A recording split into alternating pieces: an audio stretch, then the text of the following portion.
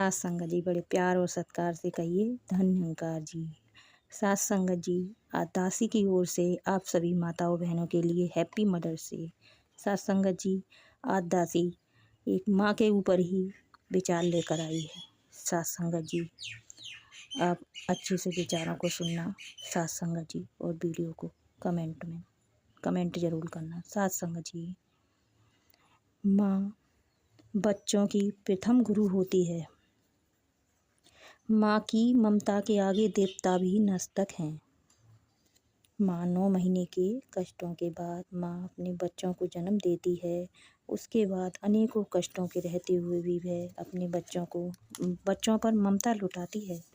फिर भी बच्चे को कभी नहीं जतलाती है और ना ही दुखी होती है। सास संगत जी, खुद गीले में सोकर भी बच्चे को सूखे में सुलाती है। सास संगत जी, दासी उन युवाओं से विनती करती है जिनकी माँ तो हैं, लेकिन वो माँ की कद्र बिल्कुल भी नहीं करते। दासी यही कहना चाहती है कि समय रहते हुए माँ की कद्र कर लो, अन्यथा मरने के बाद तो कितने भी जतन कर लो, माँ लौट कर उसे नहीं देख सकती। चाहे आप जलपान कराएं, यज्ञ कराएं या भंडारा कराएं, फिर तो सब व्यर्थ है। जीते जी माँ की कदर करना ही आवश्यक है।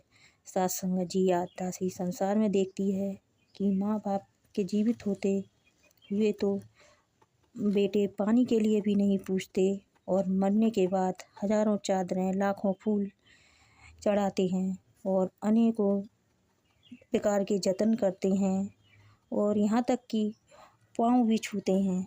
सास संगत जी, यदि जीते जी माता पिता की खूब सेवा कर ली जाए तो इन झमेलों में पड़ने की आवश्यकता होती ही नहीं।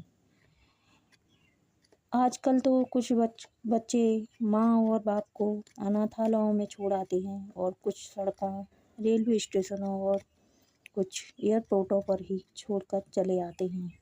सास संगत जी, माँ की महिमा तीनों लोकों में होती है, क्योंकि माँ की कोख से जन्मे बच्चे ही कोई राष्ट्रपति, कोई प्रधानमंत्री, डॉक्टर, इंजीनियर बनते हैं। ये सब माँ के त्याग और ममता के कारण ही संभव है। माँ 1, 2, 6, 8, 10 जितने भी पुत्र हों, सबका पेट हर हाल में, चाहे कितनी ही जटिल परिस्थिति क्यों न हो, भर सकती है। लेकिन बेटे कितने भी हों, एक माँ का पेट भरने से कतराते हैं। सास संगत जी, दासी यही कहेगी, माँ के रहते हुए ही माँ की अच्छी से अच्छी सेवा किया कीजिए।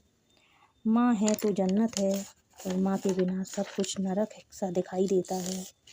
बेटियां मायके जाती हैं, जब माँ नहीं होती तो वही मायका खाली दिखाई देता है और सूनापन दिखाई देता है, मन भी ऊबता है। सास संगत जी, प्यार से कहिए